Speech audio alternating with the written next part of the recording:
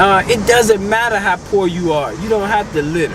And that's a mindset. I don't give a blank and blank. That's what that says when you throw the McDonald's bag out your car. So we have to really hold our own people accountable for when they behave in ways that have nothing to do with economics and literally have nothing to do with economics. It's a mindset. Yeah, it's a mindset. And but how did, like Pierre, man, people. I know people. When I say we have to stop having these children. At least, I mean, just hold off on having till you're a little bit older. That's what I'm saying. Right. Stop having them. You can have them when you're a little bit older. You know, instead of having at 15. Right. Like I said, 25 is better than 15. Oh yeah. I mean, and that's all I'm saying. I'm with you. That's all I'm saying. I'm with but people say you can't do that. We got to get our freak on. People want to have sex. I'm like, people. A lot of folks had that one baby early, and they stopped. Yeah, but you gotta look at how, and this is what frustrates me with the mainstream. We have been targeted. Now I didn't show you any of the billboards and whatnot, but there are people in corporate America who sit down and they plan how to market to whatever demographic they choose or they feel they can get the most bang for their buck ultimately. And so when you look, and this is something that people say, well, just because they do it don't mean that you have to partake in it. And that's true. But guess what? If you can limit the exposure that the people are being marketed to, that can also limit it being on your mind, which then can translate to you actually taking advantage of whatever it is. Man, you know they had a golf course over here. Oh yeah. Marquette Park. Oh yeah. Beautiful, It's ain't a beautiful park. I mean, Marquette Park is huge. Chicago's a beautiful town. Yep. It's just that what's bad about Chicago is the poor, low-income African-American neighborhoods. Period. Well, but you just saw some beautiful ones. It's the behavior of the people in these poor neighborhoods. I love to go back to behavior because everything. But why? Let me say this, and I've been doing this for a long time, Syron. Why don't our preachers and politicians say enough's enough? We're gonna turn this around. I really believe they believe in Jesus, but they don't think that we can turn away from our wicked ways and heal our land. Self-interest. So you think that the politician preacher don't give a damn about the masses? Self-interest. They gotta take care of themselves. I put it to you this way. Some people call it job security too. Right. If I saw the problem, is there a need for me anymore? Right. So they they happy that we have poverty, huh? Well, they'll never let that come to the conscious mind. It stay in the subconscious. But as long as there's problems, people have to depend on me. As long as you depend on me, I have a role to play in your life. I'm getting the tithes and offerings from you. I'm getting whatever I'm getting. And there's so many organizations who are getting money from white philanthropists, white do-gooders, and they give money and they try to help the poor little black children in the ghetto.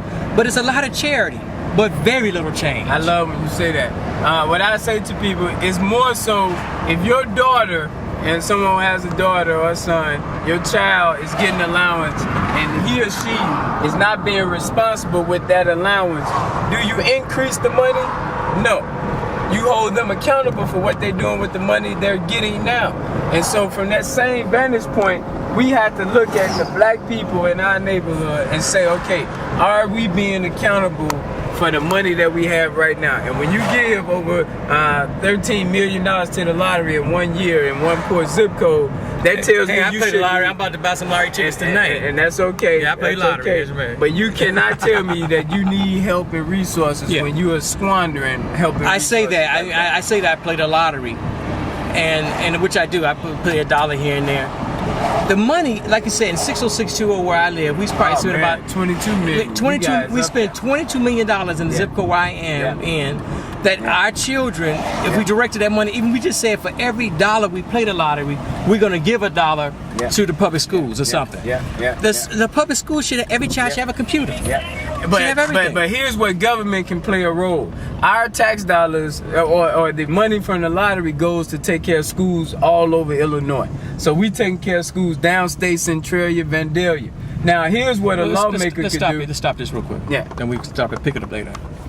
Hold on now, because I've been not pushing the button and talking. That's my, and we got to run out of juice, but we'll be fine. We got to run out of juice, but the main thing is that you're talking about the money The lottery money goes down to Centralia, downstate, it doesn't come back. Yeah. And so what we could do, what our government officials could do, is set up a situation where the money stays in that zip code. If we got 8 schools in that zip code and they take 1% or 2% of that money, them schools will be overfunded, because that's where majority of Illinois' money for the lottery come from, is right here, the northern tip, right here in Chicago. So if you started funding the schools in Chicago with a greater percentage of money, it'd be lights out. That's Barack Obama. I'm eating a piece of candy. I'm listening to this great book by Mr. Remnick about Barack Obama. He was a community organizer. And the president, he was president then, he was a state rep, he was organized, community organizer. He got into electoral politics. So you're doing the same, Syron. And I never wanted to do this though, At first. Yeah, and I tell people I was young and naive, thinking that if you do good, everyone to get on board. No. And in Chicago, we have we have so many special interests and egos and people with their visions and dreams and don't know how to collaborate, work together to accomplish a win-win. So man, it took me some years, but my eyes are awake now. And so you think you could do it like Barack Obama? He thought he could do more good by becoming an elected official.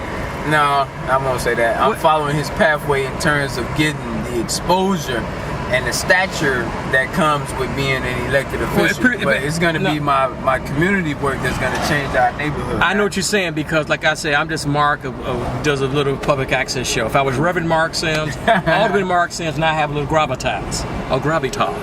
And so that's what it takes. I mean, let's face it. Unfortunately, it shouldn't. But it's like that. But it's like unfortunately, that. It's what it is. And in Chicago, remember, we have a unique situation here than anyone else in the country from a segregated standpoint. Yes. North side, south side, west side. Yeah. So it's just unique here, and I say that because we're in 20 other cities, and they got some challenges, but no one have the magnitude that we have. How easy it is to isolate and destroy a certain. But that's why Barack Obama came to Chicago.